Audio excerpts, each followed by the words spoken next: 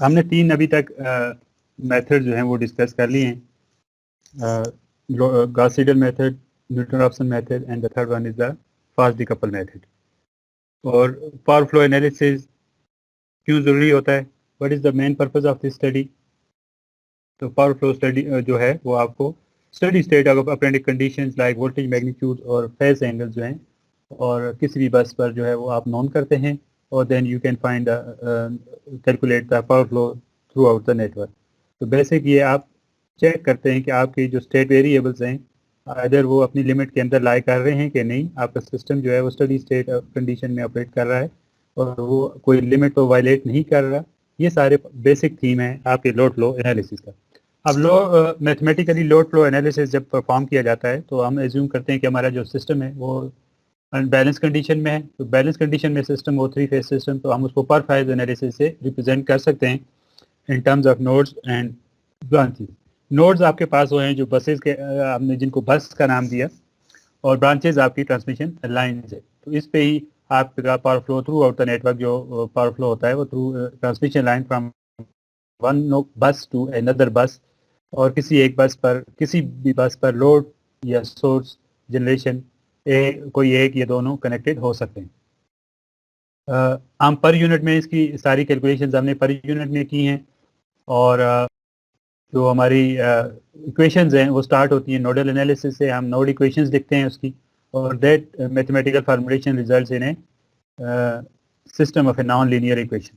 ठीक है, तो उन नॉन लीनियर इक्वेशंस को हमने सॉल्व करना होता है, क्योंकि ये नॉन लीनियर इक्वेशंस है और मल्टी डायमेंशनल आपके पास ये इक्वेशंस बनेगी। जैसे 50 बस सिस्टम है, 100 200, तो फिर इनको एनालिटिकल मेथड से सॉल्व करना इतना इजी नहीं होता। तो that's why we prefer to solve it with iterative procedures. So we have used 3 iterative procedure: Gauss Seidel, Newton-Raphson and fast decoupled method. The basic purpose of this iterative procedure is to calculate the unknown state variables, that is voltage magnitude and phase, wherever it is unknown. ठीक है, तो हमने इनको calculate करना होता है, ये हमारा बेसिक थीम होता है।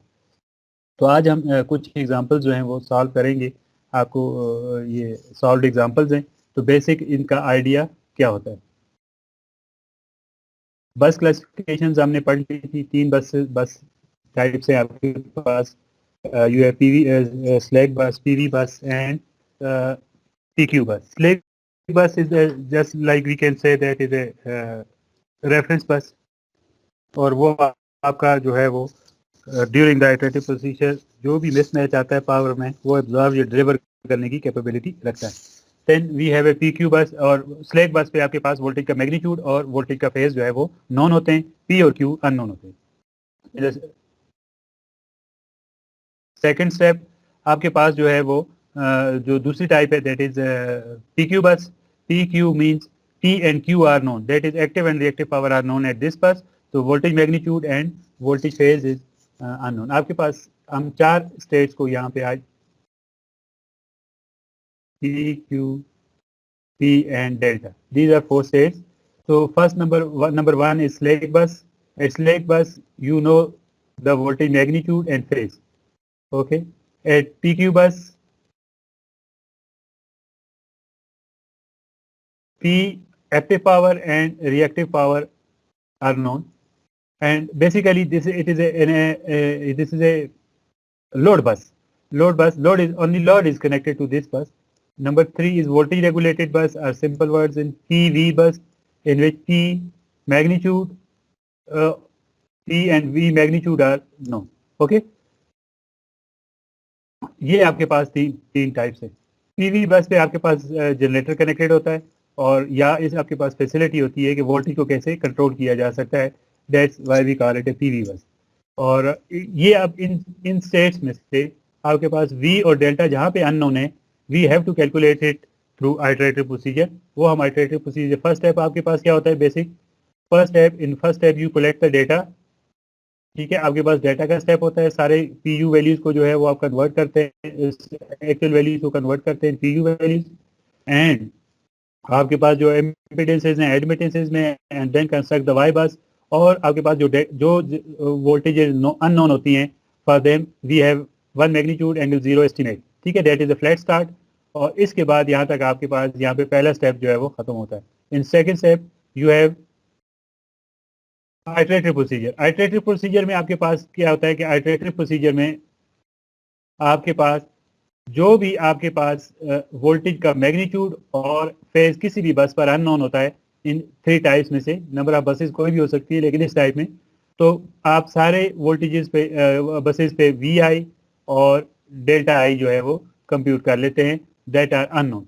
सो इसके बाद जब ये प्रोसीजर खत्म होता है आपके पास, so at each and every bus you know the V i and delta i. हर एक बस पे आपके पास वी आई और डेल्टा आई मौजूद होता है. अब बस नंबर 2 पे चूंकि ये दोनों बस नंबर 1 स्लैक बस both are known, so we will never include this bus in our computation. So we will start with bus number 2. So I is equal to 2 to number of buses n. ठीक है जी. So 2, 3, 4, 6, 8 ये ऐसे चलेगी. PQ बस पे दोनों voltage और angle आप कैलकुलेट करेंगे, और PV बस पे आपके पास वोल्टेज मैग्नीट्यूड नोन होता है, so you will only calculate the delta I. So at the end of this step, iterative procedure, all the voltage magnitude, at all buses, voltage magnitude and phase are known होते. इसके बाद number 3 steps है. Number 3 में आप क्या करते हैं? At number 3 step you compute the unknown other states. Unknown other states क्या है? पी आई और क्यू आई. ये आप पी आई और क्यू आई जो है वो कंप्यूट करते हैं, और इसमें आप देखें कि स्लैक बस पे ये दोनों अननोन होते हैं. तो इटरेटिव प्रोसीजर के बाद आप दोनों अननोन यहाँ पे P1 और Q1 कैलकुलेट करेंगे, और अगर PV बस होगी कोई तो उसमें आपके पास Q अननोन होता है, तो वहाँ पे आप QI अननोन कैलकुलेट करिए. ये आपका ये एक और स्टेप खत्म हो जाएगा. In the fourth step you compute all the load flows. ठीक है, that we have called it S12, S21, और ये आप कैलकुलेट करते हैं सारे, and then you calculate the S loss आप जो है वो लॉस थ्रू आउट का कंप्यूटेशन जो है नेटवर्क वो जो है वो आप कंप्यूट करते हैं, और at the end you construct the power flow diagrams with all known power flows and losses, voltage magnitudes and angles. ये आपके बिल्कुल बेसिक 4 स्टेप्स हैं. तो पहला method that we have studies was Gauss Seidel method. उसकी कोई example जो है वो अभी हम देखते हैं.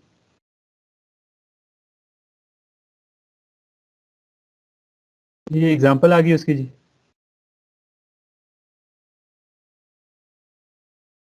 Can consider the 3 bus system where the slack bus and line bus data is given. देखें 2 चीजें आती है आपके पास. नेटवर्क कैसे बनता है आपके पास? Network is constructed from the nodes and branch. ठीक है, तो अब आपके पास 2 टाइप का डेटा होता है, नोड्स और branch data. What is the node data? Node data जो होता है वो आपके पास नोड या बस का डेटा होता है. वो सारा बस का डेटा जो है वो प्रोवाइड करते हैं.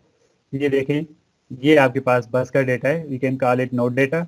और दूसरा जो होता है transmission line data, that we can call it branch data. तो ये 2 टेबल्स आपको यहाँ पे, ये कोई और बुक है उसमें उसने इस टाइप में दिए हुए, जैसे आपकी बुक में स्टेटमेंट्स में देता था. सो अब क्या क्या आपको चाहिए होता है, क्या क्या नॉन होता है. And you have first of all बस डेटा. तो बस डेटा में आपको हर बस की टाइप, नंबरिंग, नंबर आपने उसको आइडेंटिफाई करना है. इस नंबर में बाउंडनेस क्या है कि बस नंबर 1 इज ऑलवेज स्लैक बस. उसके बाद जो आप नंबर सीक्वेंस स्टार्ट करते हैं वो कर लो. बस नंबर 1 इज स्लैक बस. देन टाइप क्या आपने उसकी बस की डेटा को देखकर उसकी टाइप डिटरमिन कर दी. जैसे स्टेटमेंट में गिवन है कि जनरेटर बस है और इसमें जो है वो आपके पास वोल्टेज मैग्नीट्यूड और थीटा नोन है, डेल्टा नोन है, तो आप बस नंबर 1 है तो आप उसको बस नंबर 1 कहेंगे और उसको कहेंगे ये स्लैक बस है. और भी आपके पास इसी तरह की बसेज होंगी, लेकिन बाकी जो जनरेटर बसेज हैं अगर उन पे वोल्टेज मैग्नीट्यूड और फेज नहीं दिया होगा, जस्ट वोल्टेज मैग्नीट्यूड मेंशन होगा और उसके साथ active power, so all those will be PV buses. और इसके अलावा जो आपके पास थर्ड वन है वो आपके पास पीक्यू बस और लोड बस. अब यहाँ पे स्लैक बस पे वोल्टेज का मैग्नीट्यूड और वोल्टेज का फेज जो है वो नोन होता है. ये आपके पास वोल्टेज मैग्नीट्यूड और फेज जो है वो यहाँ पे नोन. ठीक है, पीक्यू बस पे आपके पास सिर्फ लोड की पावर और लोड की जो है वो active power and reactive power are known. तो here is the active power and reactive power. At PV bus आपके पास जो है वो सिर्फ P generation, P of the generation और voltage magnitude. So at PV bus this is V, P of the generation and V of the voltage magnitude. ये देखिए अब ये मैंने जो रेड हाईलाइट किए हैं ये सारे आपके पास नोन है। इसने इसके साथ जो 0 लिखा हुआ है initially it will be an unknown, ये 0 उसने लिख दिया लेकिन अननोन होता है उसको। अब ये आपके पास अननोन होते हैं। अब देखें कि अननोन, ये तो नोन हो गए सारे, ठीक है जी। अब आते हैं अननोन की तरफ। ये आपके पास स्लैक बस पे ये आपने ये कैलकुलेट करना है, ये पीजी और क्यूजी। जनरेटर के लिए उसने अलग सिंबल रखती है और जो वोल्टेज सॉरी लोड है उसके लिए अलग। तो ये पीजीज हैं और ये क्यूजीज हैं, क्यूजी एंड दैट इज पीडी और क्यूडी, लोड है और जनरेशन, ठीक है। अब इसके बाद जो है पीक्यू बस पे आपके पास लोड ही कनेक्टेड होता है, इनकी तो आपके पास रिक्वायरमेंट नहीं होती। Then you have connected load which is known by its P and Q, और आपके पास ये दोनों अननोन होते हैं, जो आपके पास वोल्टेज का मैग्नीट्यूड और ये दोनों, ठीक है जी। तो यहाँ पे इसके लिए हम लिख देते हैं V2 and delta 2, V2 and delta 2 data run, okay. अब इस पे जो ये इस पे एंगल मैग्नीट्यूड भी गिवन होता है और एंगल 0 लिया जाता है हमेशा स्लैक पर। नंबर 3 इज पीवी बस पे आपके पास पी नॉन होता है और वी नॉन होता है, ठीक है।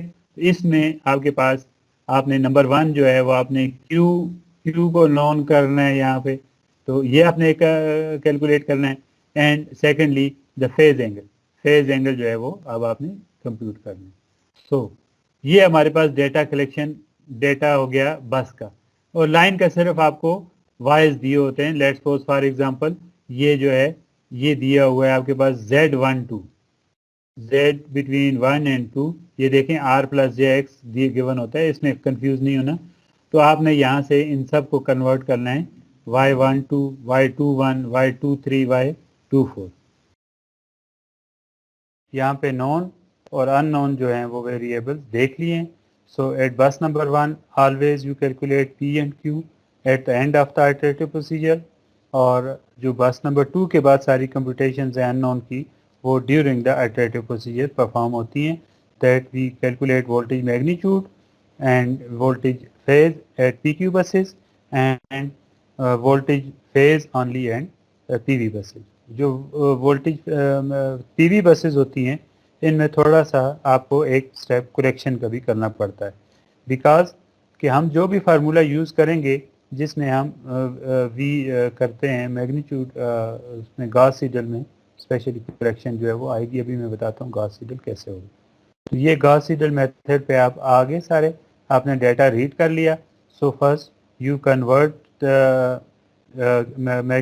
कलेक्ट द डेटा, और बसेस को आपने नंबरिंग दे दी, आइडेंटिफाई कर लिया, एंड देन यू जो आपके पास जो रियल वैल्यूज़ हैं उसको कन्वर्ट करते हैं पीयू वैल्यूज़ में। और आपके पास जो है जेड जो हैं, जैसे ये जेड हैं, ये देखें ये एडमिटेंसेज हैं सारी गिवन, तो ये सारी आपने वाई में कन्वर्ट करनी है, ठीक है। और उसके बाद जो है वो आपने जो अननोन स्टेट्स हैं उनको एस्टिमेट करना है। तो अननोन स्टेट्स के लिए हमारे पास है कि voltage magnitude at every bus is nearly equal to 1, और फेज जो है that is nearly equal to 0।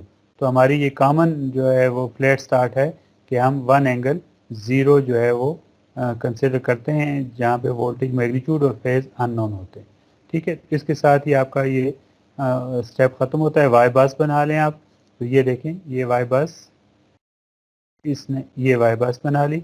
Y बस जो है, वाई बस में ख्याल रखें अभी थोड़ी सी आपने कन्फ्यूजन से बचना है कि वाई बस जो बनती है that include all the buses 1 2 3, ये 3 बस सिस्टम है, 1 2 3, 1 2 3, ठीक है। ये आपके पास 3 जो हैं वो रोज़ बनेंगी और 3 कॉलम। वाई बस मैंने आपको इंस्पेक्शन मेथड से बनाना जो है वो सिखाया है।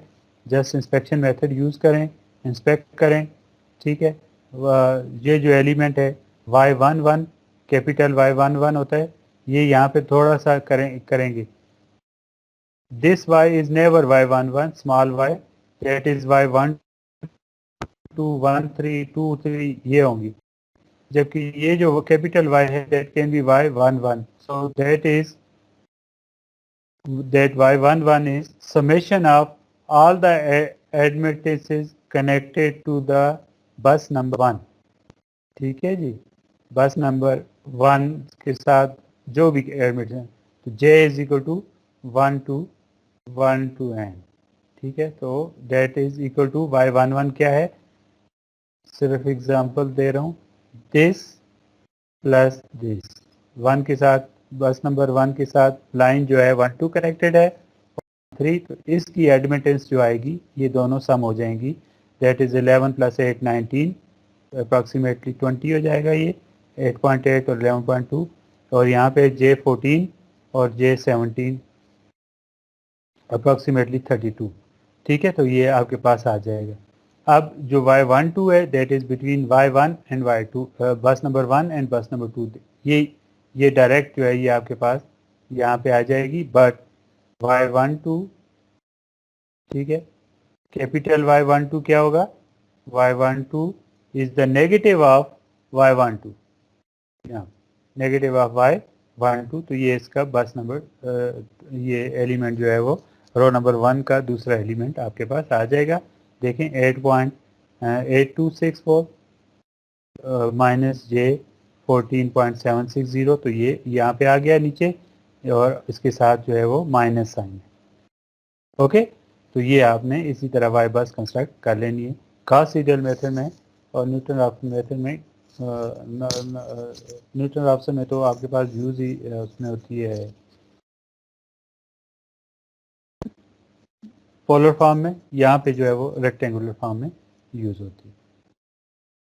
Okay, now come to the alternative procedure. पहला स्टेप यहाँ पे आपका ये जो है ये ख़त्म हो गया पहला स्टेप, ठीक है। तो अब यहाँ पे आपको पता होगा, यहाँ पे आप दोबारा जाते हैं, सो एट दिस बस नंबर 1 हमने P और Q कैलकुलेट करने हैं, दैट इज P1 और Q। बस नंबर 2 पे हम V2 और ये सबस्क्रिप्ट होता है, ये बस नंबर होता है डेल्टा 2, ये हमने कैलकुलेट करना है।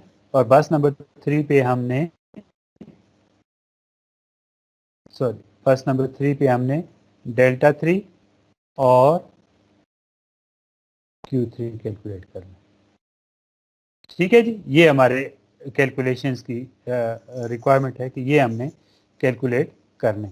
अब किस स्टेप में करने, इसमें आपके पास 2 स्टेप्स होंगे, नंबर 1 और नंबर 2। नंबर 1 में आप वीज और डेल्टास कैलकुलेट करेंगे थ्रू आइटरेटिव प्रोसीजर। जब आइटरेटिव प्रोसीजर ख़त्म हो जाएगा then you will calculate Ps and Qs, ठीक है।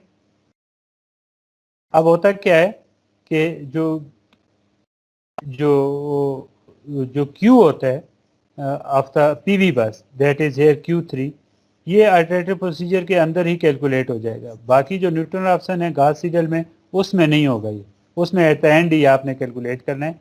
लेकिन यहाँ पे आपके पास गॉस सीडल में ये यहीं पे जो है वो कैलकुलेट हो जाएगा, और आपने इसी को यूज़ करना है। अब देखते हैं कैसे कैलकुलेशन होती है। So first we start with the bus number 1।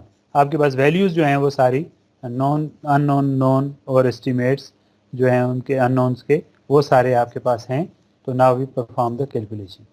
So first step is calculate the voltage. Gauss Seidel method में ये होता है कि आप डायरेक्ट वोल्टेज कैलकुलेट करते हैं, और वोल्टेज में उसका मैग्नीट्यूड भी होता है और उसका फेज भी होता है। That is we are going to perform the computation in a complex form. Complex form में ही आप अपनी कैलकुलेशन जो हैं वो एग्जीक्यूट करते हैं, ठीक है जी। तो इसीलिए दो इक्वेशन बजाय हमने कहा था कि एवरी PQ बस हैज़ 2 इक्वेशंस, ठीक है। ये 2 इक्वेशंस हैं बेसिकली, P प्लस JQ। अगर आपको 3.6 पता नहीं कौन सी इक्वेशन थी, 5 2 और 5 is equal to some values, मैं वैसे ही लिख देता हूँ L प्लस JM। तो इसकी 2 पार्ट्स होते हैं, जो फंक्शन होता है वोल्टेज का और एंगल्स का, ठीक है जी। और y का तीसरा भी होता है, y भी लिखते हैं y, ठीक है। तो इसमें हम P अलहदा से लिख सकते हैं, Q अलहदा से, दो इक्वेशन बन जाती है, ठीक है। और P बस पे एक ही इक्वेशन हो, क्योंकि वहाँ पे Q जो है वो अननोन। तो first we solve it V, तो V जो है वो हम सॉल्व करते हैं। V21 means voltage at bus number 2 of in first iteration that is equal to, ये आपके पास स्टैंडर्ड वही एक ही फार्मूला है, P minus Q schedule divided by V2 conjugate plus ये सारा आ गया आपके पास। अब वैल्यूज़ कैसे लेनी है, वैल्यूज़ जो है वो P2 स्केजुअल और Q2 date are non values. तो बस नंबर 2 पे आप देखते हैं कि कौन सी नॉन वैल्यूज़ हैं। बस नंबर 2 पे अगर आप देखें तो आपके पास ये नॉन वैल्यूज़ हैं 3 plus J 1.5, 3 plus J 1.5, 3 plus J 1.5 means कि P इज इक्वल टू 3 और Q is equal to 3, 1.5, J 1.5, ठीक है गया जी। और जो P और Q हैं वो दोनों लोड्स हैं, तो that's why that we write it -3 और -1.5, ये हम लिखते हैं, ठीक हो गया, -3 और -1.5। तो अब आते हैं फार्मूला में, देखते हैं वैल्यू कैसे पड़ती है। P2 schedule, P2 schedule is -3, ये देखें -3, -J, ये आपके पास आ गया -J, ये फार्मूला के अंदर ये माइनस है, ये ख्याल रखिएगा। और Q की वैल्यू है -1.5, Q की वैल्यू है -1.5, ये आपके पास आ, देखें ध्यान रखिएगा, गलती नहीं कीजिएगा यहाँ पे, सही है। तो और डिवाइडेड बाय V2 0, आप V2 0 V2 ही हम फाइंड कर रहे हैं, V2 यूज हो रहा है यहाँ पे, ठीक है।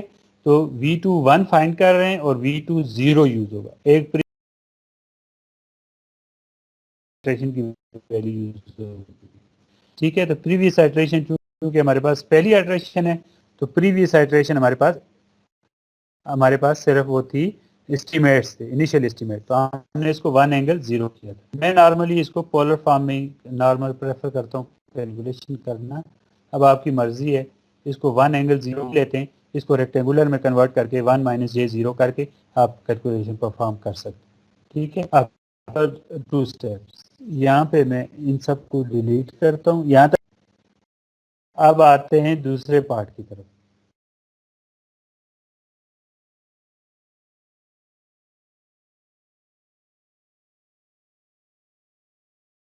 दूसरा, इसमें इक्वेशन में आप देखें, यहाँ पे ये ध्यान रखिएगा, ये इसने लिखा हुआ है y21। अगर आप ओरिजिनल फार्मूला अगर आपको याद हो, दैट वाज रिटन माइनस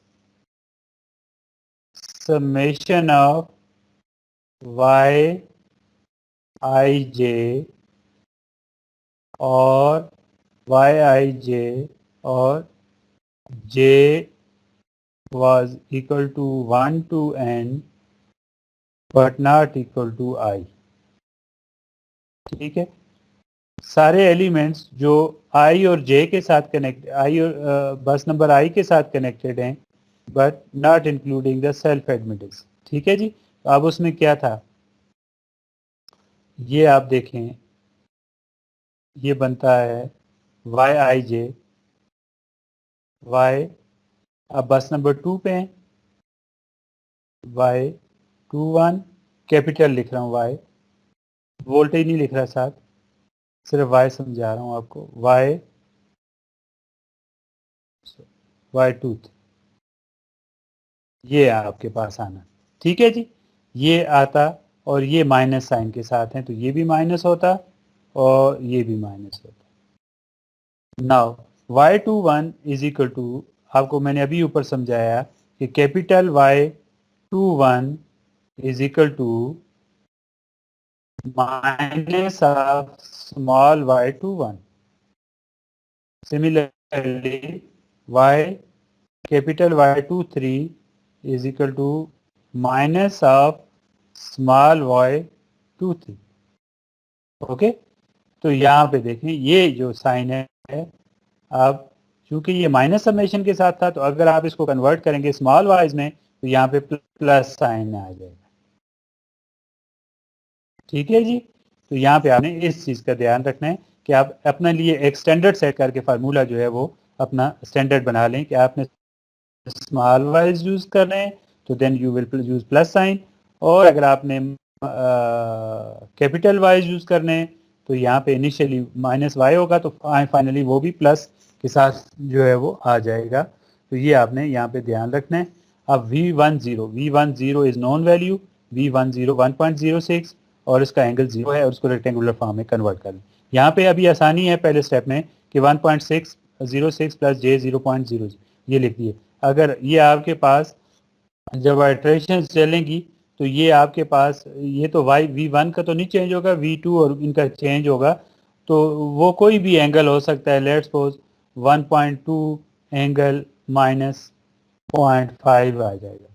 ठीक है, अब तो इस तरह तो लिखना आसान है। देन यू हैव, इसको आप जब वो कन्वर्ट करेंगे रेक्टेंगुलर फॉर्म में तो फिर जस्ट ये नहीं लिखेंगे 1.2 प्लस जे 0.5, तो इसको प्रॉपर आपने कन्वर्जन करनी है। ज़ीरो के साथ तो आसान होता है, बाकियों के साथ थोड़ा आपको सही देख के करना पड़ेगा कंप्यूटर के कैलकुलेटर के थ्रू। नीचे भी ये दोनों इम्पीडेंसेस जो ऊपर हैं ये दोनों नीचे हैं, और ये आपके पास जो है ये Y11 है। ठीक है जी, Y11 is equal to all the admittances connected to bus number 1। तो ये आपने अगर करनी है कंप्यूटेशन तो ये V30 देखें, V3 हमारे पास बस नंबर 3 PV बस थी और उसमें हमारे पास सिर्फ वोल्टेज मैग्नीट्यूड नॉन है वो उसका, और उसका एंगल जो है वो हमने उसके साथ 0 एज्यूम कर लिया है। इसको जो है वो पोलर फॉर्म से रेक्टेंगुलर में कन्वर्ट करके ये पोलर में डायरेक्ट मल्टीप्लिकेशन भी कर लें वो आपके पास आ जाएगा, और इसको आपने अभी सॉल्व करना है। ये वैल्यूज़ लगा दी हमने सारी, और अभी हम देखते हैं कि हमारा रिज़ल्ट क्या है। ये हमारा रिज़ल्ट आ गया, ये देखिए बस नंबर 2 का वोल्टेज मैग्नीट्यूड और फेज़ जो है वो दोनों आगे एंड पोलर फॉर्म यहाँ पे ये लिखिए। यहीं से आप मैग्नीट्यूड और फेज इलादर से देखना है तो आपने पोलर फॉर्म में इसको कन्वर्ट जरूर करना है। यहाँ पे नहीं कहेंगे कि ये इसका मैग्नीट्यूड है और ये इसका फेज है, नहीं, ये मैग्नीट्यूड और फेज आपने हमेशा इसको पोलर करके देखना है। चूंकि ये लोड बस है तो यहाँ पे आपने चेक कर सकते हैं आपका आंसर 1 से मैग्नीट्यूड में 1 से कम होगा, 0.631 इसका फेज आ गया। अब आ जाते हैं बस नंबर 3 पे। बस नंबर 2 पे हमारी कंप्यूटेशन खत्म होगी ना। बस नंबर 3 पे अगर आप ये फार्मूला दोबारा पीछे हम चलते हैं तो बस नंबर 3 पे डायरेक्ट कैलकुलेशन के लिए अगर आप देखें तो you should know the P2 schedule और Q2 स्केड्यूल। तो जब आपके हमारे पास जो बस नंबर 3 है we only know the P3 schedule. ठीक है ना जी, बस नंबर 3 पे P3 नॉन है, तो ये फार्मूला अब हम डायरेक्ट यूज नहीं कर सकते because Q2 is unknown. So first we have to calculate Q2। Q2 को हमने जो है वो कैलकुलेट करना है। Q2 को हम कैसे कैलकुलेट करेंगे, ये हमारे पास यही जो फार्मूला है, ये जो ऊपर हमने वोल्टेज के लिए लिखा था, इसमें से अगर आप P और P प्लस जे क्यू अगर आपको याद हो, मैं या अब वो P माइनस जे क्यू था और is equal to V I conjugate into summation of V I j y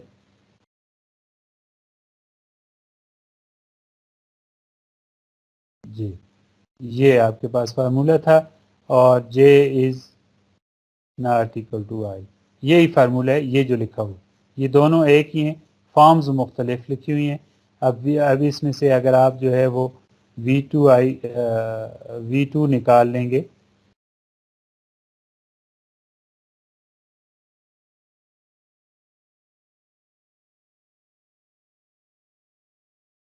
ये प्लस इसमें V2 भी था, V2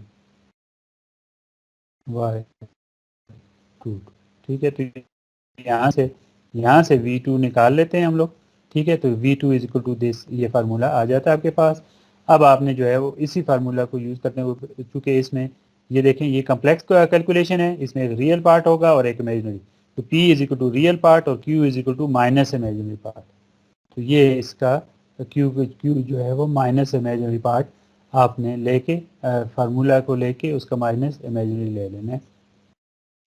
अब ध्यान इसमें क्या करना है, आपने देखें अभी आपने एक वैल्यू अपडेट कर दी है, दैट इज V21, ठीक है ना, V21 को आपने अपडेट कर दिया। तो अब यहाँ पे जहाँ भी कहीं पे V21 यूज होगा वो अपडेटेड वैल्यू यूज होगी।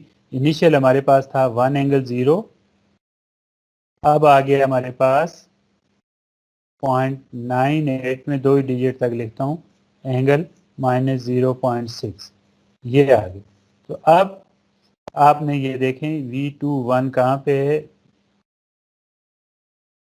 V2, ये V2 यूज हुआ है, ठीक है जी। तो आप देखें V21 यूज हुआ है, V21 ये इसने रेक्टेंगुलर फॉर्म में यूज किया है, ये यहाँ पे, ठीक है ना। तो इसको आपने ध्यान रखना है कि एक दफ़ा जो वोल्टेज आप अपडेट वो जो वोल्टेज जो है वो आप कैलकुलेट कर लें, उसी को आपने अपडेटेड वैल्यू को यूज़ करना है, बाकी सारी वैल्यूज़ अभी वही रहेंगी।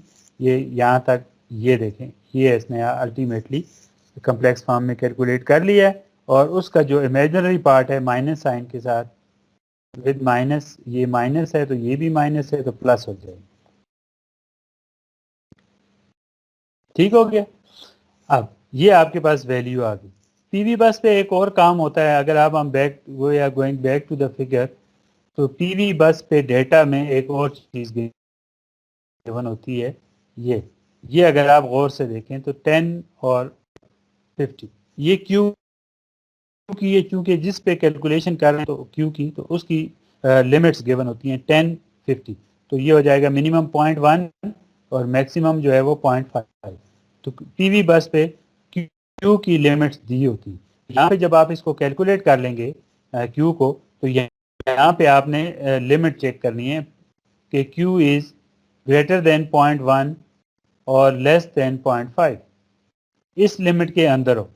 अगर इनमें से कोई भी लिमिट वायलेट होगी, लेट्स सपोज यहाँ पे 0.2147 आया, ठीक है, अगर मैं कहता हूँ कि यहाँ पे आ जाता पॉइंट, आगे आएगा 0.6147, एग्जाम्पल दे रहा हूँ आपको, तो फिर आपने क्या करना है, आप लिमिट चेक करें, ये लिमिट से बढ़ गया है, यहाँ से 0.5 से बढ़ा है, तो आपने फिर Q की वैल्यू को सिलेक्ट कर लेना है, Q इज इक्वल टू 0.5, जो भी लिमिट वायलेट होगी उसकी Q की वैल्यू आपने ले लेनी है और उसी को आपने यूज करना है।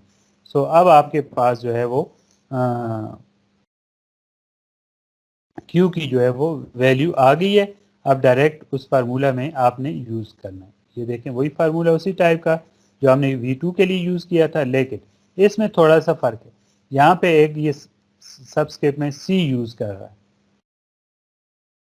C means calculated value. अभी आप V2 V3 की वैल्यू कैलकुलेट कर रहे हैं, तो इसमें आपके पास V3 का मैग्नीट्यूड भी आएगा, कम्प्लेक्स कैलकुलेशन है, V3 का मैग्नीट्यूड भी आएगा और उसका फेज भी आएगा। But as you know that that is a PV bus and you already know the magnitude of the V3, तो जो V3 कैलकुलेट करेंगे, इसको अब हम लिख देते हैं V3 कैलकुलेटेड, ये C मैंने लगा दिया। ये इसको आपने क्या करना है, इसको आपने डिस्कार्ड कर देना है और यहाँ पे जो V3 की वैल्यू गिवन होगी उसको यूज़ करना है आखिर में, और उसके साथ जो एंगल अभी आपने कैलकुलेट किया है वो यूज़ करना है। ये इसका सबसे आसान तरीका है इसको करेक्शन का। बाद बुक्स वाले जो हैं वो रेक्टेंगुलर फॉर्म में ही इसकी करेक्शन के लिए फार्मूले डिवाइस करते हैं, लेकिन ये सबसे आसान है कि आप बग़ैर उसके किसी कैलकुलेशन के आप उसको जस्ट पोलर फॉर्म में कन्वर्ट करें और उसमें से मैग्नीट्यूड को हटा के अपना जो गिवन मैग्नीट्यूड है वो यूज कर लें, आपकी वैल्यू जो है वो क्या हो जाएगी, करेक्ट हो जाएगी। ठीक है, बात समझ गए? ठीक है, तो ये अब आपने V3 में वैल्यू यूज की, अभी आपने ये भी अपडेटेड यूज करना है। यहाँ तक अभी तक सिर्फ ये कैलकुलेटेड अपडेटेड है, तो ये आपने अपडेटेड यूज करना है। Q2 जो है वह Q3 सॉरी, वो आपने यहाँ से यूज करना है जो आपने यहाँ से कंप्यूट किया है, और लिमिट की वायलेशन का ख्याल रखते हुए उसकी वैल्यू को एडजस्ट किया है या नहीं किया, ये आपने जरूर चेक करना है। और P3 तो ऑलरेडी गिवन होता है, बाकी सारे ब्रांच एडमिटेंसेज है और V1 है। V1 जो है वो आपके पास नॉन होता है, और V30 जो है वो आपके पास होगा। जैसे अभी हम देख लेते हैं कि V3 की वैल्यू गिवन, मैग्नीट्यूड की वैल्यू गिवन है, दैट इज 1.04। तो इसका मैग्नीट्यूड जो है वो गिवन है 1.04 और इसका जो एंगल है वो हम एस्टिमेट करके 0 ये यूज करें। ठीक है, यहाँ पे वैल्यू यूज कर लें, ये देख लें यहाँ पे भी। ठीक है, और ये अपडेटेड वैल्यू V2 1 की और ये Q2 जो अभी आपने कैलकुलेट किया है, प्लस साइन माइनस साइन का आपने जरूर ख्याल रखना है। ये आपके पास आ गई ये वैल्यू। ठीक है, और इसमें अब ये आपके पास कोई मैग्नीट्यूड आएगा और एंगल में यहाँ से नीचे से देख के लिख सकता हूँ 0.038। ठीक है जी, अब आपने क्या करना है, ये V2 कैलकुलेटेड है, आपने डायरेक्ट यहाँ से इसको जो है वो इसको यहाँ से एलिमिनेट करना है और यहाँ पे लिखना है 1.04, जैसे ही इसने ये कर लिया, इसने फाइनल वैल्यू। ये फार्मूला अगर आप यूज नहीं करना चाहते कोई ज़रूरत नहीं है, जस्ट वो रिजल्ट आपका सेम रहे। तो अब आप यहाँ पे आपकी पहली आइट्रेशन ख़त्म हो गई है। पहली आइट्रेशन का गोल क्या था हमारा कि हम V2 डेल्टा 2 और डेल्टा 3 और डेल्टा 3 ये हमने कंप्यूट करना था। ये हमने तीनों जो है वो कंप्यूट कर लिए हैं और एज ए बाय प्रोडक्ट हमारे पास यहाँ पे Q3 भी साथ साथ कैलकुलेट हो रहा है, वो खुद ही आ रहा है, क्योंकि हमारे ये कैलकुलेशन परफॉर्म करने के लिए डेल्टा 3 की हमें Q3 चाहिए होगा, तो Q3 की वैल्यू भी कैलकुलेट होगी। ओके, ये आइट्रेशन नंबर 1 थी। इसी तरह अब आइट्रेशन नंबर 2 पे आए। आइट्रेशन नंबर 2 में आपने ये देखें, ये वही गिवन वैल्यूज हैं और ये अपडेटेड वैल्यूज। अभी आपने ये देखें V2 1 हो गया है, V3 भी 1 हो गया है, ये सारी वैल्यूज V1 उसी तरह रह रहा है क्योंकि ये कांस्टेंट वैल्यू है, इसकी कोई भी अल्ट्रेशन नंबर देने की ज़रूरत नहीं है। ठीक है, तो अब आपने यहाँ पे ये कैलकुलेशन की, again you have computed V2 और फिर आपने दूसरी अल्ट्रेशन में बस नंबर 3 पे आ गए, PV बस पे। ठीक है जी, Q3 को आपने कैलकुलेट किया, Q3 को आपने ये कैलकुलेट किया। ओके, ये 0.625 है और अब आपके पास लिमिट है 0.1 से लेके Q जो है 0.5 तक होना चाहिए, इसके दरमियान में होना चाहिए। ठीक है, तो मैक्सिमम 0.5 तक। तो अब चूंकि ये लिमिट वायलेट हो रही है तो हम डायरेक्ट जो है वो Q3 की वैल्यू लिखेंगे 0.5 PU। ठीक है, अपर लिमिट वायलेट हुई है तो वही वैल्यू आपने यूज कर लेनी है। अब आ जाएं V की तरफ। आप Q3 देखें, ये Q3 है और ये जो है वो वैल्यू कैलकुलेटेड वैल्यू नहीं यूज हुई, बल्कि जो लिमिट वायलेट हुई है वो वैल्यू यूज हुई है। बाकियों को भी यूज करते हुए आपने ये वैल्यू निकाल लेनी है, इसको आपने करेक्ट करना है।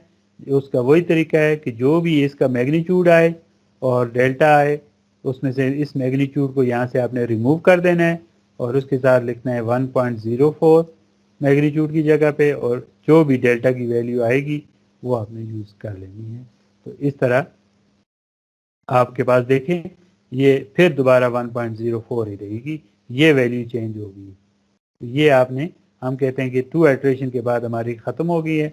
यहाँ पे हमने V2 और V3 जो है वो कंप्लीट कर ली हैं। ये हमारा जो टारगेट था, इसमें V2 जो है मैग्नीट्यूड सेम रह रहा है जबकि एंगल जो है वो चेंज हो रहा है। ओके, तो अब आपके पास यहाँ पर आपके पास स्टेप नंबर 2 जो है वो ख़त्म हो जाता है, जिसमें आपके पास प्राइम ऑब्जेक्टिव था कि V's और डेल्टाज जो हैं वो आपने कंप्यूट करने।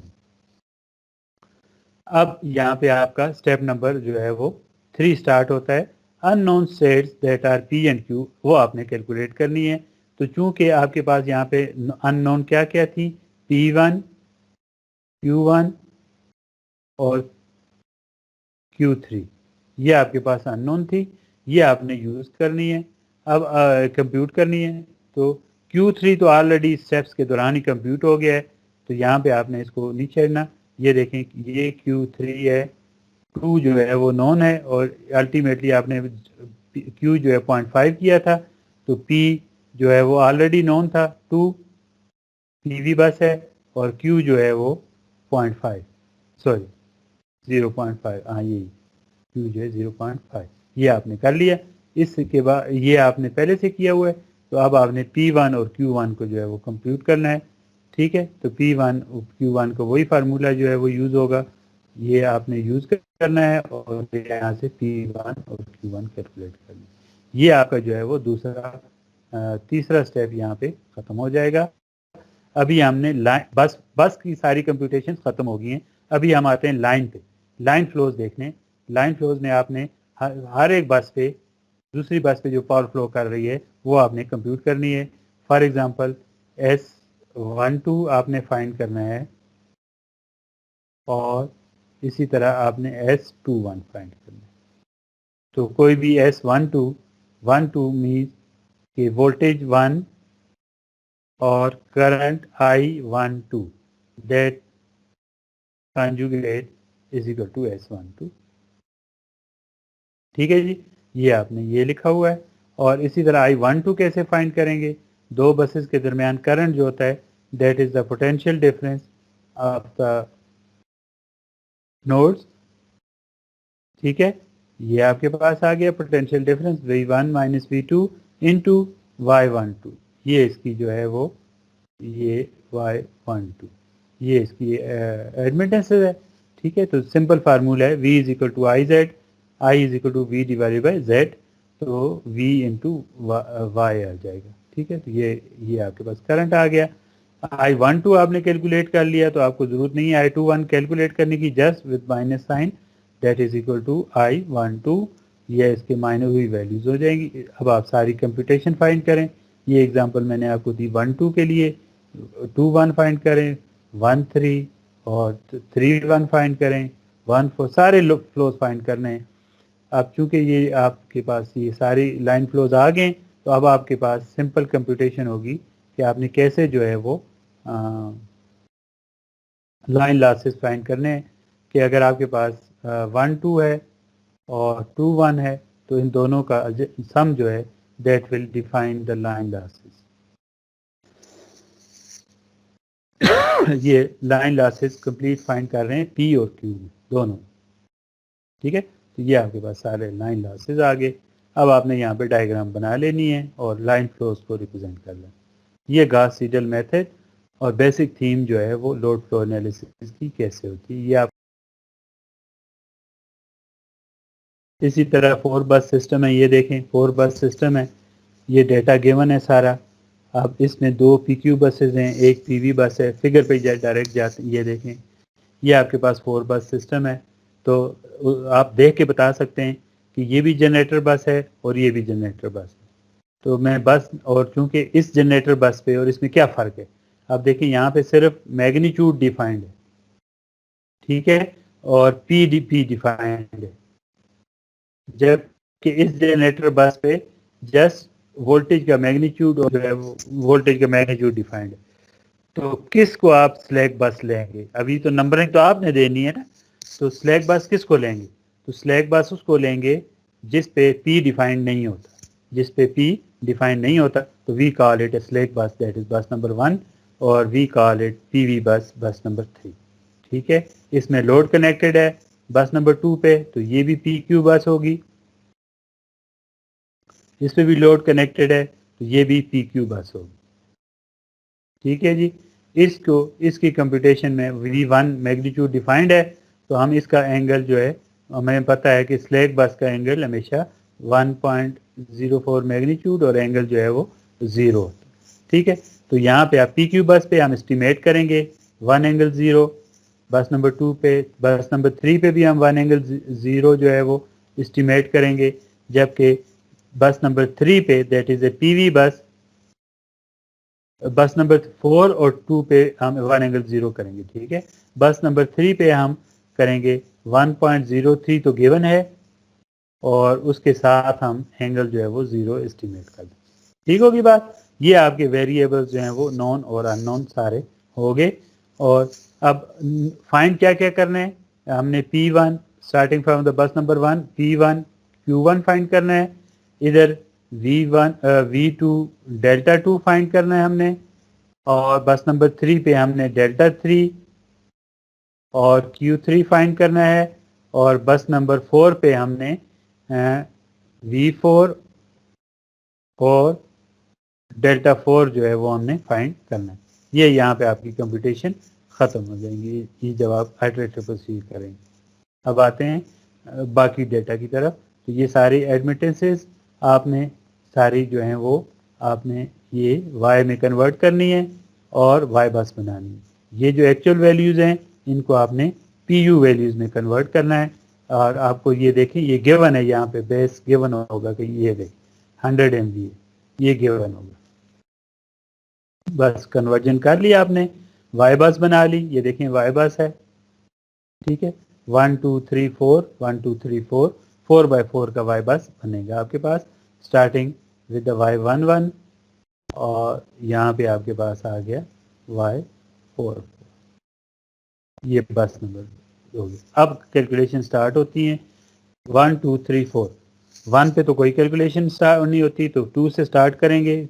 2 PQ बस है, वोल्टेज मैग्नीट्यूड और डायरेक्ट उसका फेज जो है वो कंपटीशन में आ जाएगा। बस नंबर 2 जो है वो PV बस है, तो पहले आप जो है वो Q फाइंड करेंगे, उसकी लिमिट को चेक करेंगे। अगर लिमिट वायलेट नहीं हो रही, गिवन है तो चेक करेंगे, नहीं गिवन तो जो वैल्यू आएगी यूज़ कर लेंगे। तो लिमिट देख के आपने V3 कैलकुलेट करना है।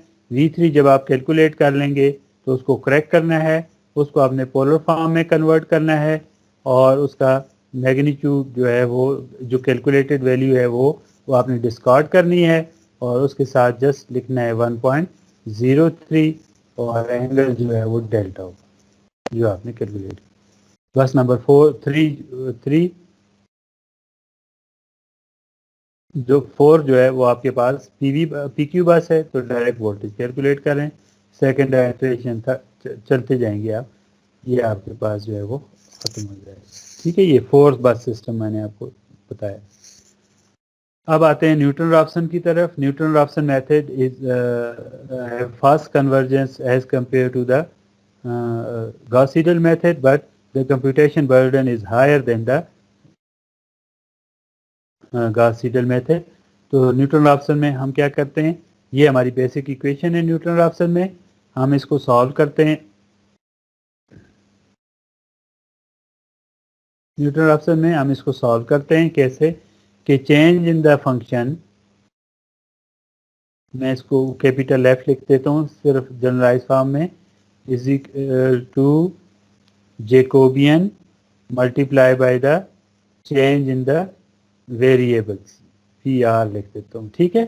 तो change in the variables is equal to Jacobian inverse time change in the function, ठीक है। तो अब आपने इसमें क्या क्या कंप्यूटेशन करनी है। Number 1, this is your function P and Q। तो P एंड Q जो है वो आपने कैलकुलेट करने हैं, डेल्टा P और डेल्टा Q। अब PV बस पे दो टाइप की कैलकुलेशन होंगी, PQ बस और PV bus. Since PQ bus both P and Q are known, तो आप यहाँ पे चेंज इन द P और चेंज इन द Q दोनों लिख सकते हैं। But on PV bus only P is known, Q is not known, Q is unknown. So for PV bus you can write only P, change in the P, और Q वाला वो रो और column eliminate करेंगे, ठीक है जी। तो ये आपने Q जो है वो Q जो है उसको आखिर में कैलकुलेट करना है। तो ये आपके पास फंक्शन आ गई। अब फंक्शन इनकी वैल्यू कैसे कैलकुलेट करते हैं, इसकी वैल्यू जो है वो आप कैलकुलेट करते हैं, कहीं लिखा भी होगा नीचे, चलें बताता हूँ ये। फिर आपके पास आ जाते हैं जेकोबियन के एलिमेंट। जेकोबियन का हर एलिमेंट आपने डेरिवेटिव लेना है, डेरिवेटिव ऑफ द फंक्शन है with respect to every variable, every function every variable. देखें ये एवरी फंक्शन P2 पहली रो में होगा, P3 होगा, P4 up to Pn, then Q2 Q3 Q4 Qn, इस तरह रो में एक रो में कांस्टेंट रहेगी। नंबर 2 आपने हर वेरिएबल के साथ करना है। तो ये देखें P2 P3 हर एक डेल्टा 2 के साथ पार्शियल डेरिवेटिव ले रहे हैं, फिर डेल्टा 3 के साथ, डेल्टा 4 के साथ, डेल्टा n तक, फिर वीज के साथ V V V V, V. ठीक है। ये जो है ये गलत लिखा हुआ है, ये थोड़ा सा उल्टा लिखा हुआ है। ये जो है ये नहीं, ये P2 यहाँ पे होना चाहिए और Q2 जो है वो यहाँ पे होना चाहिए। ये गलत लिखा हुआ है, थोड़ा सा इसको ध्यान रखिएगा इस बुक वाले ने। ये यहाँ पे होना चाहिए पार्शियल डेरिवेटिव ऑफ P2, क्योंकि रो में P2 कांस्टेंट रहेगा with respect to partial derivative V2 magnitude के साथ, ये ऐसा होना चाहिए। और इसमें यहाँ पे इस जो पार्ट में आपके पास Q होने चाहिए विद रिस्पेक्ट टू V होने चाहिए। ठीक है, तो ये सारे आपने कंप्यूट करने हैं और फिर इस इक्वेशन को सॉल्व करना है। सो अब आपको P1 P2 ये आपके पास चीज़ें नॉन होनी चाहिए और फिर जेकोबियन जो है वो आप जेकोबियन फाइंड करेंगे। अब P1 का पार्शियल डेरिवेटिव लें, ये पार्शियल डेरिवेटिव लिया उसने और फिर इसको कंप्यूट करना है आप। ठीक है जी, तो अब हम एग्जाम्पल पे जाते हैं, पहले उसी के साथ इसको सॉल्व।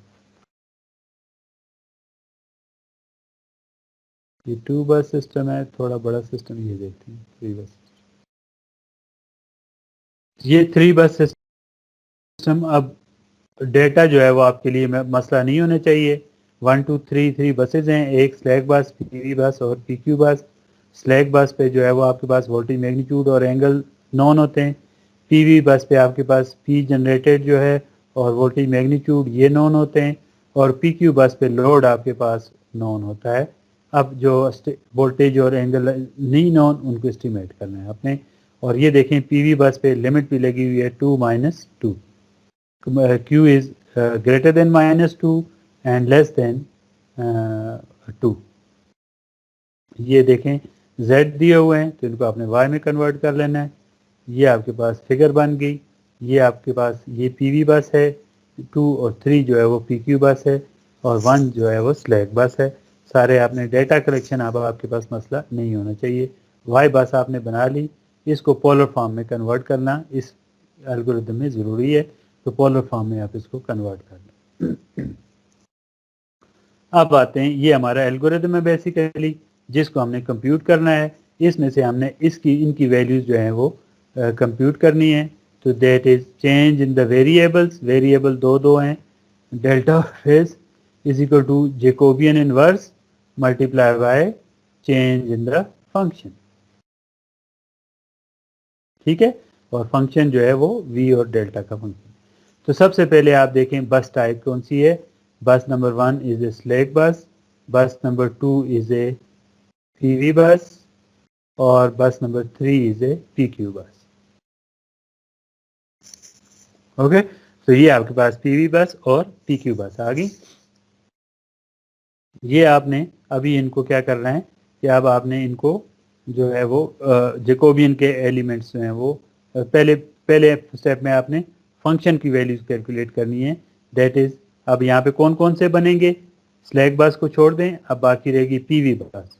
तो पीवी बस जो है 2 है, तो इस पे P2 सिर्फ नॉन होगा, तो आपके पास सिर्फ चेंज इन द P2 आएगा, Q नहीं अननोन। और फिर बस नंबर 3 जो है वो आपके पास PQ बस है, तो उस पर चेंज इन द PQ आएगा, P2 P3 और Q3, ये दोनों आए। ठीक है, तो अब आप P2 लिखें, P2 0 को कैलकुलेट करें, P3 0 को कैलकुलेट करें और Q3 0 को कैलकुलेट करें। इनको नॉन वैल्यू के साथ जो है वो डिफरेंस लें तो आपके पास ये वैल्यूज आ जाएंगी। तो P2 ये आपका बेसिक फार्मूला है किसी भी बस पे वोल्टेज। अब 2 के साथ आई जे वो आपने चीज़ें ध्यान रखनी है, ये कैलकुलेट कर लेंगे। ये आके आपके पास आ गई P2 की वैल्यू 0.4950। इसी तरह P3 और Q3।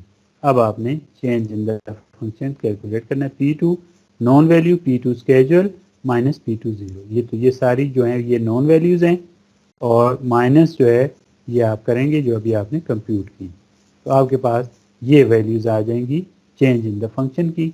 ये आपका एक वेक्टर जो है वो कैलकुलेट हो गया। Now come to the Jacobian. Jacobian जो है वो आपके पास स्टार्ट होते हैं partial P2 with respect to partial delta 2, ठीक है, ये पहला है। फिर P2 with respect to delta 3, फिर आपके पास आ जाता है P2 और आपके पास आ जाता है विद रिस्पेक्ट टू V3, 3/3 का बनेगा।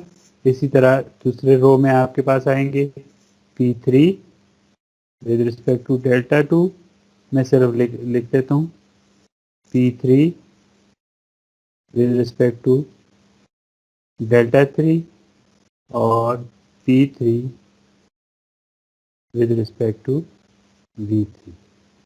फिर तीसरे में Q3 डेल्टा 2 के साथ और Q3, तरतीब है, कोई वैसे बेतुका काम नहीं है, डेल्टा 3 और Q3 delta partial derivative of V।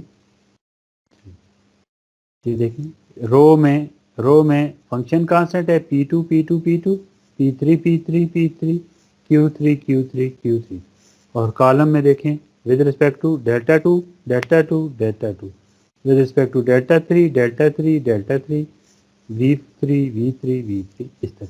अब आपने ये 3/3 9 एलिमेंट्स आपने जो है वो कैलकुलेट करने।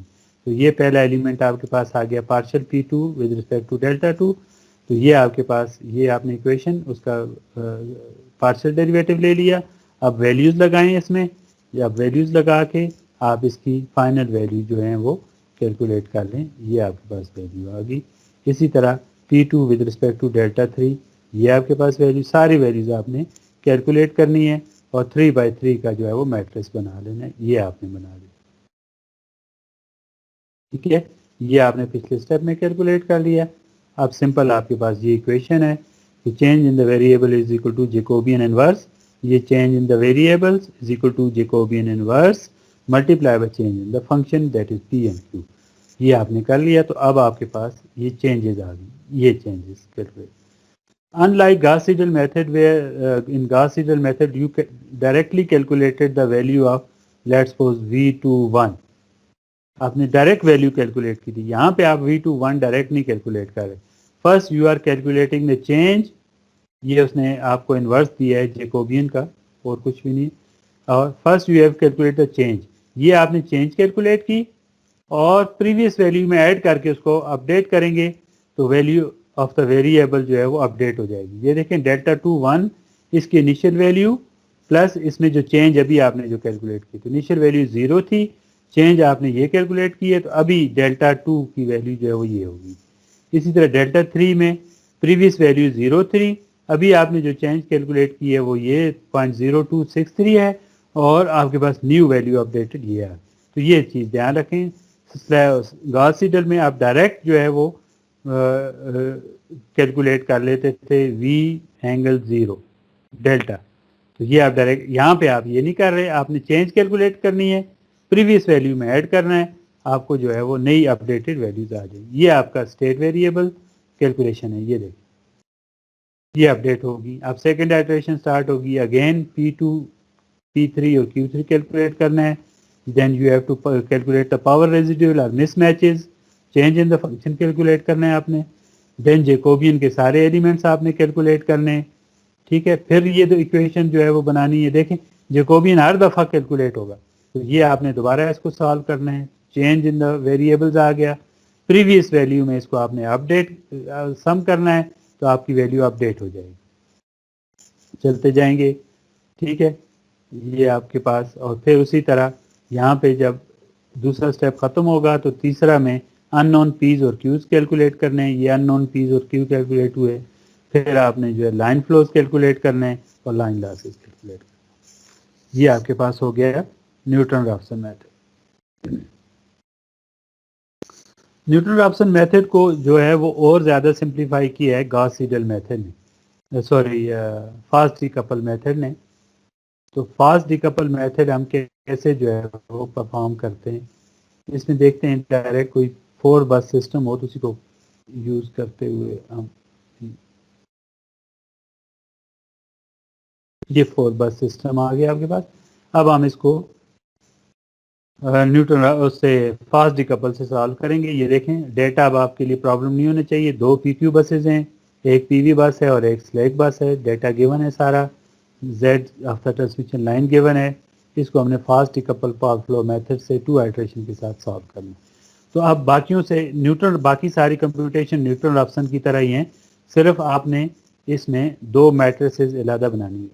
ये जो जेकोबियन था वहाँ पे, जेकोबियन, इसको हमने 2 पार्ट्स में कन्वर्ट करना है। ये जो जेकोबियन था इसको हमने J1 4 पार्ट में सब डिवाइड किया था, J2, J3 और J4। इसको ध्यान के साथ समझना आप। पहली एजम्पशन हमने यहाँ पे लगाई थी कि चूंकि ये देखें यहाँ पे आएगा Q with respect to delta, ठीक है। फिर J1 में आएगा P with respect to delta, J3 में आएगा Q विद रिस्पेक्ट टू, नहीं ये गलत हो गया, ये गलत हो गया। J2 में आएगा P with respect to V, और इसमें आएगा Q विद रिस्पेक्ट टू, ये पार्शियल डेरिवेटिव हैं सारे, ठीक है। ये भी Q with respect to delta. तो 2 हमने पहली एजम्पशंस की थी। नंबर 1 कि V जो है वो P पे इफेक्ट नहीं करता, तो change in the P with respect to V वो 0 के बराबर है, तो ये एलिमेंट हमारा जो है वो 0 हो जाता था। और इसी तरह Q with respect to delta जो है वो इफेक्ट नहीं करता, क्योंकि change in the Q with respect to delta approaches to 0, ये हमारे पास 0 हो जाए। तो we were left with J1 0 0 और J4। ये हमने न्यूटन रॉप्सन में पहली एजम्पशन के साथ ये काम किया था। फिर हमने J1 J2 J3 को, ये जो इनके एलिमेंट्स हैं partial of Ps with respect to deltas of part, इनको हमने सिंप्लीफाई किया और हर एक को V इंटू B की फॉर्म में, अगर आपको याद हो तो देखा था। फर्दर सिंप्लीफिकेशन करते हुए हमने 2 मैट्रिक्स बनाए थे। J1 की जगह पे था B डैश और J2 की जगह पे था B डबल डैश, ठीक है। तो अब हमारे पास क्या था कि change in the P is equal to minus B dash into change in the deltas. ये एक इक्वेशन डिकपल हो गई थी और दूसरी डिकपल्ड इक्वेशन थी चेंज इन द क्यूज। दो P और Q's को अलहदा कर दिया था, P के साथ डेल्टा और Q के साथ V, minus B double dash into change in the voltage. ये हमारे पास आया था और इस साइड पे ये divided by change in the V था। मैं जनरलाइज लिख रहा हूँ ज़रा, सॉरी V था। ये हमारे पास फास्ट डिकपल मेथड। तो इसमें इंपॉर्टेंट चीज़ क्या है कि इसमें B को कंप्यूट करना है। B बना था Y से और Y कांस्टेंट है तो B भी कांस्टेंट होगा। अभी जो हम ये ऊपर काम करते रहे ये इसमें कि ये जो जेज हैं हर दफ़ा हम इनके एलिमेंट्स कंप्यूट करते रहे न्यूटन रॉप्सन में, यहाँ पे हम नहीं करेंगे। तो अब हम सबसे पहले डेटा को एनालाइज करते हैं। ये डेटा आ गया, Y बस बना लें आप, Y बस ये बन, ठीक है जी, Y बस। अब कैसे B और B डैश और B डबल डैश कैसे बनाते हैं, तो B डैश बनाने का तरीका पहले देखें। B डैश जो है वो ये करते हैं आप कि उसमें आपके पास पहली बस जो होती है, बस नंबर 1 स्लैक बस, उसका रो और कॉलम जो है वो आप डिलीट कर देते हैं। 1 रो 1 कॉलम डिलीट कर दें। बाकी जो बचता है आपके पास उनके रियल और इमेजिनरी पार्ट में से इमेजिनरी पार्ट उठा लें। ये देखें आप 4x4 था ना Y बस 1, क्योंकि 4 बस सिस्टम है, 2 3 4, 1 2 3 4, ये 4 बस सिस्टम था। तो आप पहला रो और पहला कॉलम डिलीट करके बाकी देखें आपके पास क्या बचता है। उसमें से आप उनके जो इमेजिनरी पार्ट हैं वो आप जो है वो उठा लें। ये देखें, जैसे मैं ये बताता हूँ आपको, J-34, तो -34 उठा लें। J नहीं उठाना आपने, जस्ट B है, -34 ये देखें 20 प्लस के साथ है तो 20, ये 0। अब ये 0 क्यों आ रहा है, ध्यान रखिएगा। 1 और ये है 2 4, हम ऊपर जाते हैं 2 4, 2 बस नंबर और 4 आपस में कोई डायरेक्ट कनेक्शन नहीं है थ्रू ट्रांसमिशन लाइन, ठीक है। तो इसका मतलब है कि y 24 इज इक्वल टू 0। ये चीज आपने ध्यान रखनी है, ये पहली दफा आपके पास आया y24 इज इक्वल टू 0। तो ये आपने उठा लिए, ये सारे एलिमेंट्स आप यहाँ पे वैल्यूज में उठा लें, बी आपके पास बन गया, ठीक हो गया। अब आपके पास आते हैं बी डबल डैश कैसे बनाते हैं। बी डबल डैश जो है वो कैसे बनाते हैं, बी डबल डैश बनाने के लिए अब आपके पास क्या तरीका। तो बी डबल डैश बनाने के लिए सबसे पहले आप अब यहाँ पे देख लेते हैं ऊपर कौन सा पीवी, ये स्लैक बस है और ये नंबर 3 जो है वो पीवी बस है, ध्यान याद रखिएगा। तो सबसे पहले आप ये 1 2 3 4, 1 2 3 4, तो सबसे पहले बी डबल डैश बनाना है। तो बी डबल डैश बनाने के लिए स्लैक बस का रो और कॉलम डिलीट कर दें, दैट इज 1, ये आ गया कॉलम और ये आ गया रो। अब आपके पास ये अंदर ये बच गया, जैसे आपने बी डैश के लिए किया था वैसे ही पहला स्टेप इसका ये, इसका दूसरा स्टेप ये। नाउ बस नंबर बस नंबर 3 इज योर पीवी बस, यही है ना बस नंबर 3, बस नंबर 3 इज योर पीवी बस। तो थर्ड रो और थर्ड कॉलम जो है वो आप डिलीट कर दें, ये थर्ड रो और ये आपके पास थर्ड कॉलम आ, ठीक है। अब आपके पास क्या बचा, जो एलिमेंट्स आपके पास बचे ये देखें, एक एलिमेंट ये है, ये है, ये है आपके पास और ये 0, ये मैंने हाईलाइट कर दिए सारे, इनके बी उठा लें। तो पहला एलिमेंट्स होगा 347059, 347059, दूसरा एलिमेंट होगा 0, ये देखें 0, ये सेकंड रो में पहला एलिमेंट 0, सेकंड रो में दूसरा एलिमेंट -45। ये भी कर सकते हैं। दूसरा तरीका भी है इसका, दूसरा तरीका क्या है, दूसरा तरीका इसका ये है कि आपने बी डैश बना लिया, बी डैश, अब इसकी एंट्री पहली कॉलम पहला रो डिलीट हो गया था तो ये स्टार्ट होता है 2 3 4, इसी तरह 2 3 और 4, ये हो गया आपके पास। तो अब आप बस नंबर 3 आपके पास पीवी बस है तो 3 नंबर को रो और कॉलम को डिलीट कर दें, 3 नंबर, ठीक है, जिसको आपने 3 नंबर दिया है। यहाँ पे आप ये वैसे अगर सीक्वेंस के साथ देखें तो दूसरा रो दूसरा कॉलम बनेगा क्योंकि 1 ऑलरेडी डिलीट कर चुके हैं आप। तो अब ये जो बचेंगे ये आपकी डायरेक्ट बी डैश बना देंगे, ये देखिए, ठीक हो गया जी। ये आपने बी डैश और बी डबल डैश बना लिया। अब आप एल्गोरिदम अप्लाई करें उसी तरह जैसे न्यूटन राफसन में P2 Q2 ये सारे कैलकुलेट करेंगे आप, जो जो आपके पास पीवी बस पे P और Q, PQ बस पे P और Q दोनों होंगे और पीवी बस पे सिर्फ आपके पास P होगा। तो 3 है तो 3P3 0 होगा, Q3 0 नहीं होगा, ये देख लें आप, ये कैलकुलेट कर लें। P1 1 तो कभी भी नहीं होगा किसी सूरत में, ये आपने उनके change in the function calculate कर लिए, ठीक है जी। और अब आ जाएं आपने एल्गोरिथम, ये है आपका एल्गोरिथम है। अब जेकोबियन की जगह पे यहाँ पे जे इनवर्स की जगह पे बी डैश इनवर्स आ गया, इसको आप सिंपल कंप्यूट करें यहाँ पे और ये आपके पास चेंज इन द डेल्टाज आ जाएंगे। इसलिए दूसरी डीकपल इक्वेशन को कैलकुलेट करें तो आप चेंज इन द वीज आ जाएंगे। तो डायरेक्ट प्रीवियस जो इनिशियल वैल्यूज हैं उनमें ऐड करें, आपके पास जो चेंजेस हैं तो आपके पास सारी वैल्यूज हैं वो अपडेटेड हो जाएंगी, ठीक हो गया। अब सेकंड आइटरेशन में दोबारा पीज कैलकुलेट करें, पी क्यूज, और change in the power residual या पावर मिसमैच कैलकुलेट करें। दोबारा एल्गोरिथम अब यार क्या है?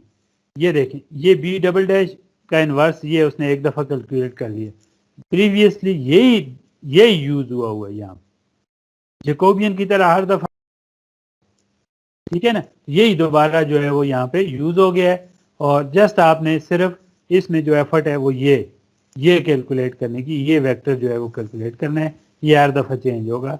तो अब आपके पास चेंजेस आ गई, यहाँ पे इस तरह की कैलकुलेशन आ गई, ये भी दोबारा वही होगा, जस्ट आपने ये कंप्यूट करके आपने वैल्यूज को अपडेट कर दें। ये Gauss Seidel method, sorry fast decoupled method.